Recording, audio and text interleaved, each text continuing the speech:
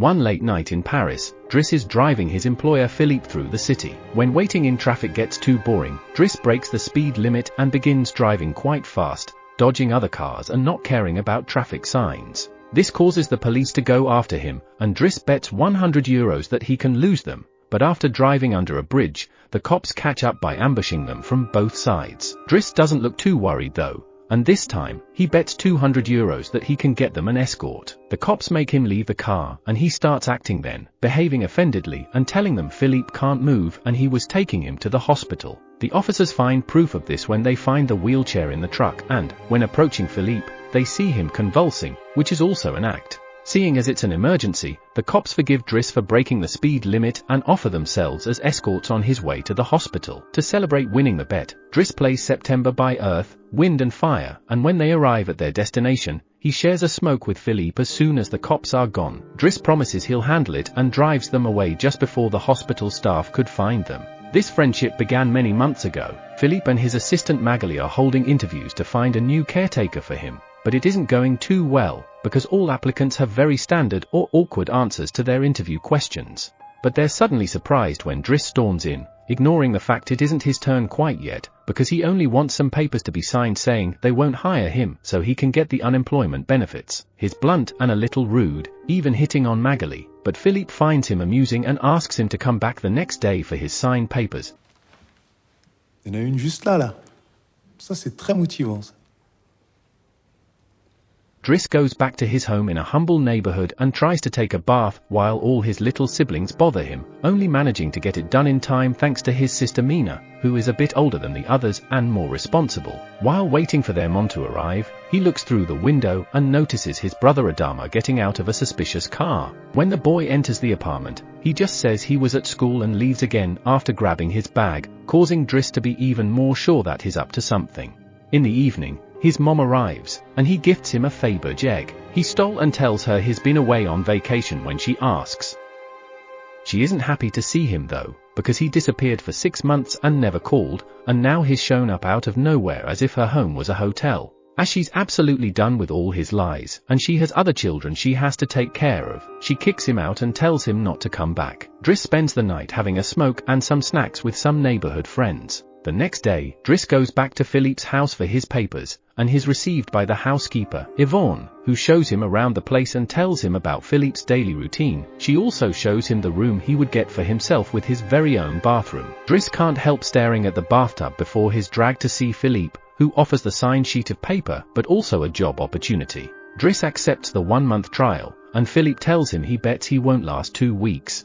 After bringing his things to his room, Driss is taught how to take care of Philippe. He must learn how to keep his legs stimulated, how to put him in the wheelchair, how to help him shower and change his clothes. Things get awkward when Driss discovers he must put on him some high stockings and even clean his butt after Philippe uses the bathroom. But no matter how much he complains and says he won't do those chores, he ends up accepting them as part of his job. Later in the evening, while he's enjoying a snack on the roof, he's interrupted by Philippe's daughter Eliza and her boyfriend Bastien, who are looking for a private place to make out, and he kicks them both out after refusing to share his beer. Driss quickly gets used to the daily routine with Philippe, even if at first he does make some mistakes he learns from, like handing the phone to Philippe instead of putting it on his ear, or forgetting the baby monitor while having a bath. He also learns to organize his mail in different folders, most of the letters he opens for Philippe, but there's a series of private ones he isn't allowed to look at. When he finds a flyer promoting female escorts, he decides to start a file just for those instead of throwing them in the trash as Philippe says. It's not all work in this new life.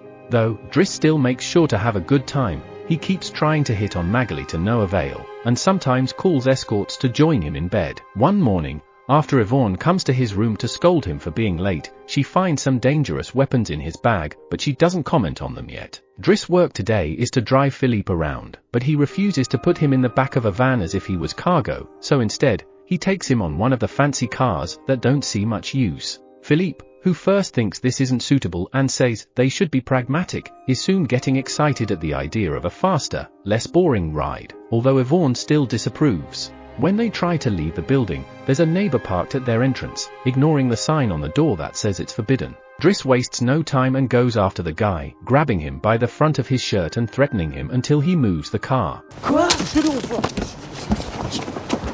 Viens là, viens là, viens là. Vas-y, lis.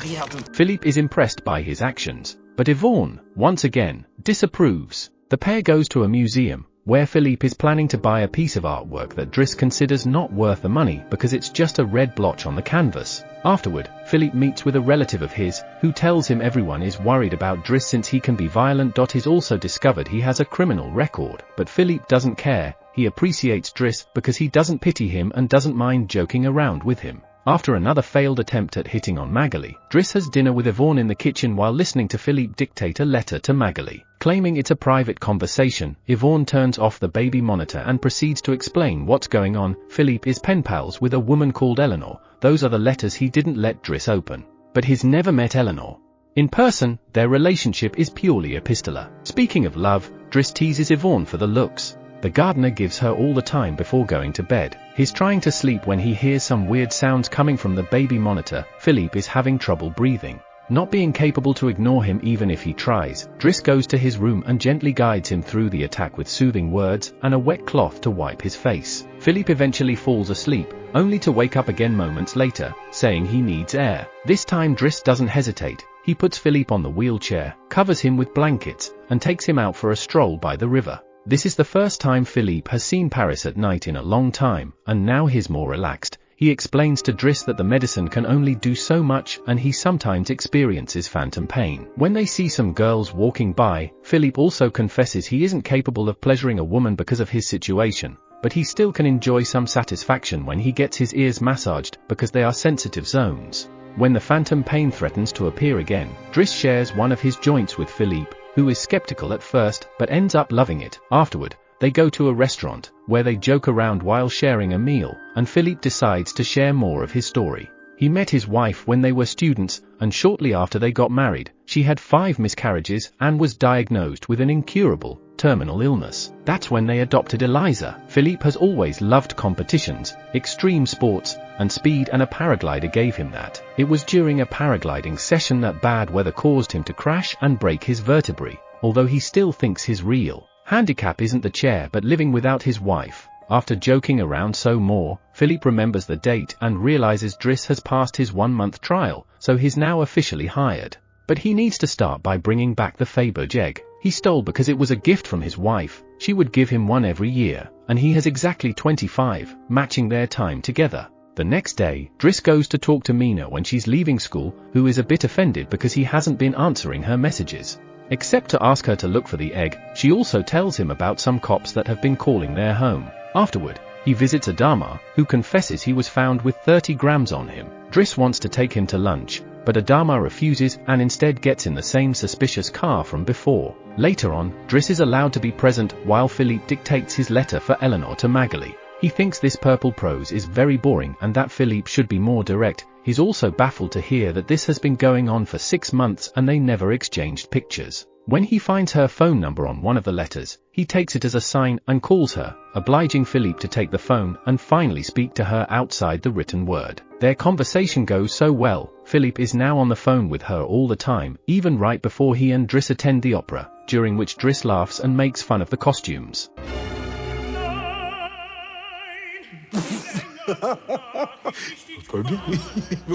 The next day, Driss convinces Philippe to accept to exchange pictures with Eleanor and chooses one of him in the wheelchair. Afterward, while he's painting, Eliza bursts into his room to ask him for cigarettes and makes fun of him for trying to be artistic. Getting angry, he kicks her out before going to see Philippe, who is currently asking Yvonne to change the chosen picture for one of him when he wasn't quadriplegic. She hides the picture inside the escort file right before Driss burst in, complaining about Eliza and telling Philippe he needs to discipline her, something Yvonne agrees with. Philippe agrees to talk to her, but he's mostly surprised when Driss lets it slip that he's been painting. Days continue to pass, and the friendship between Philippe and Driss continues to grow. Driss takes him to play in the snow and brings him with him. When he goes out for a run, Philippe gets him his first suit and scolds his daughter while Driss listens to him through the baby monitor. When Driss finishes his first painting, he shows it to Magalie, who slaps him when he tries to kiss her. Philippe, however, likes the painting and promises he'll try to sell it. The two of them have a great time with each other, enjoying things like getting a faster car, sharing joints, and even hiring escorts together. When Philippe's birthday comes, he isn't very excited about it. Every year, he pretends to be surprised that they're throwing a party and has to meet with all these relatives that only come to see him on the date to check he's still alive. Philippe says it'll all be rather boring. While he and the guests enjoy some live classical music, Driss searches for Eliza, who is crying in her room after having taken some of Yvonne's pills, which won't kill her as she expected. The reason why she's sad is that Bastien broke up with her and called her a tart, so she asks Driss to talk to the boy, which he accepts to do for a price. Meanwhile, Philippe is showing Driss painting to his relative and manages to convince him to buy it for 11,000 euros. Driss goes back to the dining room and chats with Yvonne, who tells him Magalie is in a relationship with someone named Fred, but things are rather rocky at the moment, giving Driss hope. As the party begins to die down, Philippe makes Driss listen to some of the most important songs in classical music history, but he can only joke in response. After the band is done, he brings his iPod and plays Boogie Wonderland by Earth, Wind and Fire before he starts dancing right in the middle of the floor. He's an incredible dancer, and even convinces the rest of the party to join him and dance with him, which Philippe enjoys watching. Later, when putting Philippe to bed, Driss opens Eleanor's latest letter to him. She sent her picture, showing she's rather pretty, and is telling him they should meet next week when she visits Paris. When the day of the date comes, Yvonne and Driss put Philippe through dozens of outfits until they find the perfect one. And since it's Yvonne the one that will take Philippe to the date, Driss uses his day off to visit Bastien and threatens him until the boy accepts to apologize to Eliza and to bring her croissants every day. He also asks him to fix his hair. Afterward, he visits his mother at work, but only to watch her from afar. At the restaurant, Yvonne and Philippe are waiting for Eleanor, who is very late.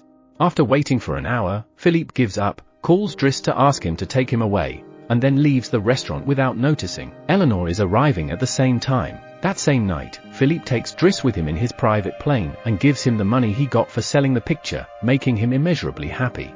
They make it to the countryside the next morning, and Philippe decides to go paragliding, dragging Driss with him as well. Driss doesn't want anything to do with it, but after initially freaking out, he ends up enjoying the experience. When they return home, Adama is there waiting for Driss and gets scolded when he sees the scars on his face. Adama will still not tell Driss what's happening in his life though, so Driss makes him wait in his room while he calls Mina to tell her not to worry and goes to put Philippe to bed. Philippe, however, isn't sleepy yet. After making Driss look at a painting with him, he asks him about his family, which Driss at first doesn't want to talk about, but eventually gives in. It turns out Adama technically isn't his brother, and his parents aren't actually his parents, they're his aunt and uncle. They fetched him from Senegal when he was 8 because they couldn't have kids, and his real name is Bakary Bassari, but because other kids had that name, they called him Idriss, and that became Driss. One day, his aunt miraculously was able to conceive, and after his uncle died, there were other men and more kids as well. In the same way Driss had talked to him about Eliza, Philippe points out that Adama needs discipline, so he fires Driss so he can be there with his family because he can't spend his whole life taking care of an old man.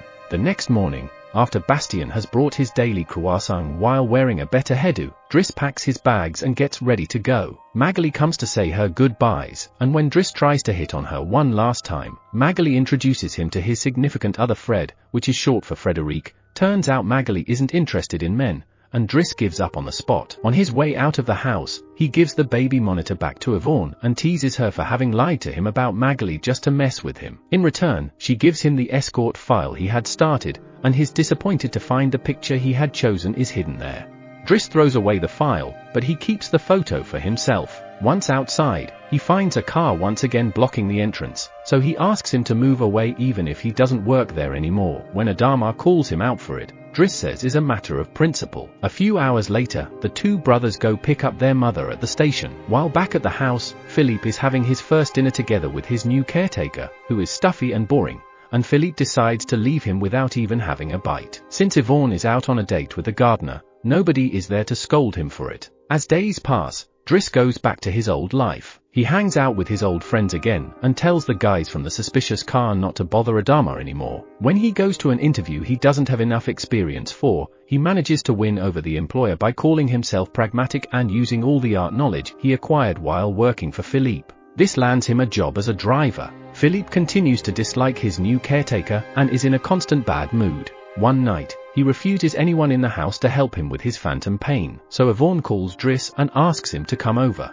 That's how they find themselves in the situation from the beginning, with the cops chasing after them first and escorting them to the hospital later. After that little adventure, Driss drives Philippe to the coast, and the sight of the sea helps Philippe calm down. Sometime later, Driss takes care of Philippe's overgrown beard before taking him to a restaurant for lunch, but he doesn't stay, because someone else will be making Philippe company today. Driss wishes him luck and finally gives him back his egg before leaving, and Philippe starts worrying about being alone until he sees who his date is, Eleanor, who is delighted to see him and doesn't mind the chair at all. The real Count Philippe Pozzo di Borgo now lives in Morocco. He has remarried and has 2 daughters. The real Driss, actually called Abdel Yasmin Sailou, has his own firm and is also married with 3 children. The 2 men continue to be very close friends to this day.